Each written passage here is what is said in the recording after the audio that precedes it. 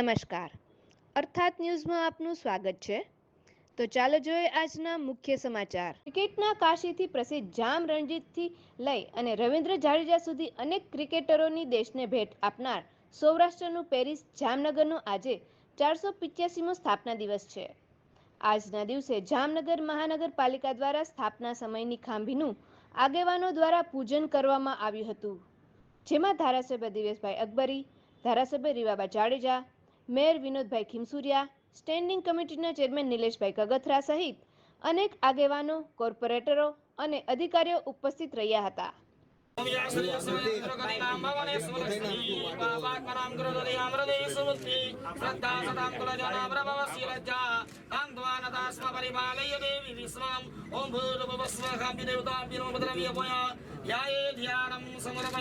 આ ઉપરાંત શહેરમાં આવેલી રાજવીઓની પ્રતિમાઓને પણ આગેવાનો દ્વારા પુષ્પહાર અર્પણ કરવામાં આવ્યા હતા, જેમાં જામ રાવળ, જામ રણજીતસિંહજી, જામ દિગ્વિજયસિંહજી વગેરેની પ્રતિમાઓને પુષ્પહાર કરાયા હતા।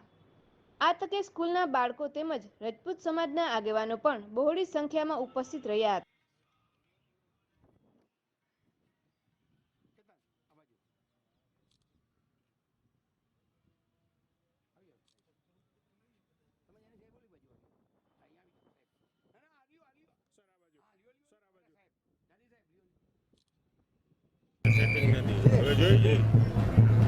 આજ રોજ જામનગર દરબારગઢ ખાતે જે જામનગરની ખાંભી છે ત્યાં જામનગરનો 485મી સ્થાપના દિન નિમિત્તે એની પૂજા કરી અને આજે આ ખાંભી પૂજાની પૂજા કરીને જામનગરની 485મી જન્મદિવસ છે, સ્થાપના દિવસ એને ઉજવ્યો।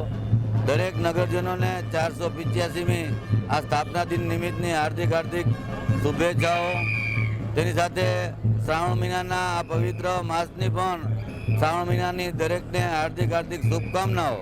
અને હમણાં 15મી ઓગસ્ટ સ્વતંત્રતા દિવસ આપણો આવી રહ્યો છે, ત્યારે જામનગર શહેરની જનતા દ્વારા તારીખ 13ના મંગળવારે સાંજે 5 વાગે તળાવની પારેથી જે તિરંગા યાત્રા નીકળવાની છે કે જે આપણી આઝાદી છે એ આપણે મળી છે, તે આપણી યાદગાર માટે આ 13 તારીખે આ તિરંગા યાત્રામાં દરેક નગરજનોને જોડાવા મારી હાર્દિક અપીલ છે। ફરીથી 485મી સ્થાપના દિન નિમિત્તે સર્વેને હાર્દિક શુભકામનાઓ।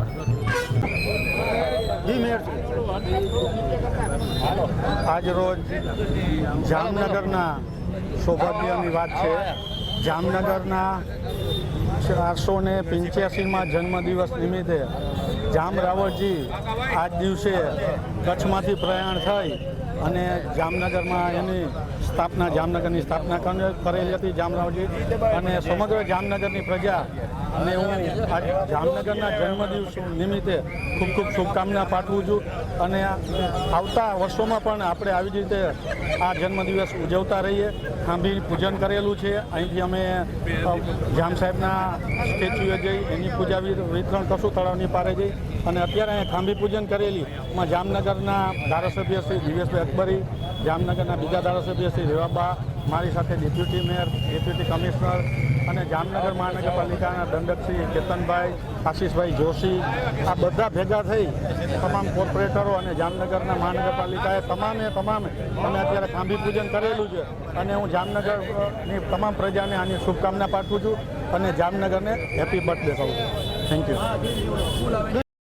ગુજરાત રાજ્ય રાહત કમિશન કચેરી ગાંધીનગર તેમજ જામનગર મહાનગરપાલિકા દ્વારા લોકોને ડિઝાસ્ટર મેનેજમેન્ટ અંગેની તાલીમ આપવામાં આવી રહી છે, ત્યારે જામનગર ફોટોગ્રાફર એસોસિએશન દ્વારા જામનગરના ફોટોગ્રાફરોને સહપરિવાર આ ડિઝાસ્ટર અંગેની તાલીમ મળે તે માટેનો કાર્યક્રમ યોજવામાં આવ્યો હતો।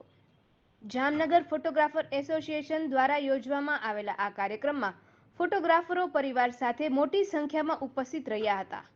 જામનગર મહાનગરપાલિકાના ફાયર શાખાના અધિકારીઓ તેમજ રાહત મહેસૂલ કમિશન કચેરી ગાંધીનગરના ડિઝાસ્ટરના અધિકારીઓ દ્વારા જીવન ઉપયોગી માહિતીઓનું ડેમોન્સ્ટ્રેશન કરવામાં આવ્યું હતું।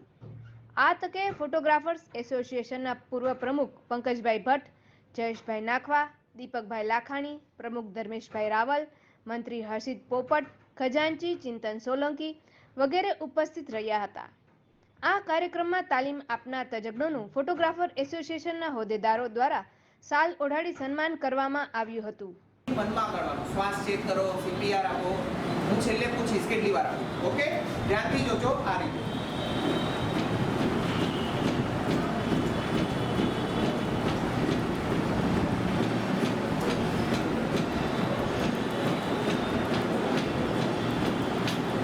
કેટલી વાર આપ્યું? જી, મારું નામ હારિત જોશી છે. હું જામનગર ફોટોગ્રાફર એસોસિએશનમાં સેક્રેટરી છું.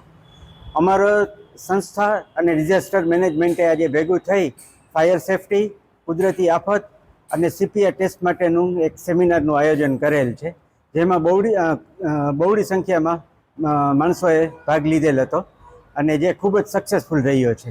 હેતુ શું હતો?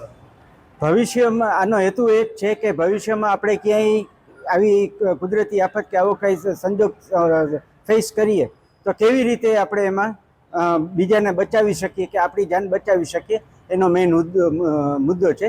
એટલા માટે આ સેમિનારનું આયોજન કરેલ હતું. આગામી 7મ 8મ તેમજ રક્ષાબંધનના તહેવારોને અનુલક્ષીને જામનગરની વિશાળ શ્રીમાળી મહિલા ઉત્કર્ષ વિભાગ દ્વારા જ્ઞાતિની બહેનો માટે ગૃહ ઉદ્યોગ અને લઘુ ઉદ્યોગનું પ્રદર્શન જામનગરમાં 3 દિવસ માટે યોજવામાં આવ્યું હતું, જેમાં મોટી સંખ્યામાં બહેનોએ તેમના સ્ટોલ નાખી અને લાભ લીધો હતો.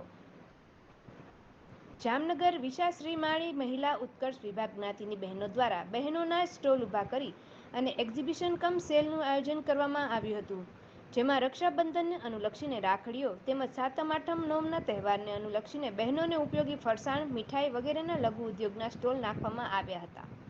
જ્ઞાતિના બહેનોના ઉત્કર્ષ અને તેમને રોજગારીની તક મળી રહે તે માટે યોજવામાં આવેલા આ ગૃહ ઉદ્યોગ એક્ઝિબિશનમાં મોટી સંખ્યામાં બહેનોએ ભાગ લીધો હતો. શહેરીજનો પણ બહેનોના ઉત્સાહ વધારવા અહીં ઉપસ્થિત રહ્યા હતા.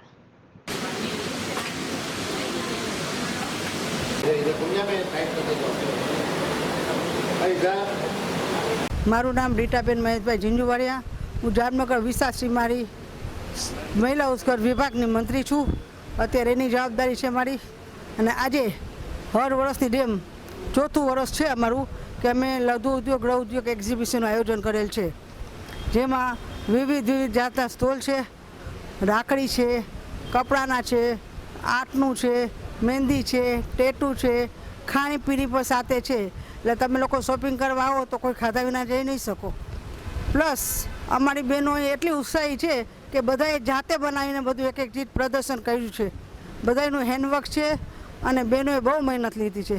અમારા સોની સમાજની શોભા વધારશો અને અમારા સ્ટોલ ધારકોની ઉત્સાહ વધારશો. જય શ્રી કૃષ્ણ. તો આ હતા આજના મુખ્ય સમાચાર. અમારી અર્થાત ચેનલને ફેસબુક, YouTube ઉપર લાઈક કરો, શેર કરો અને સબસ્ક્રાઇબ કરો.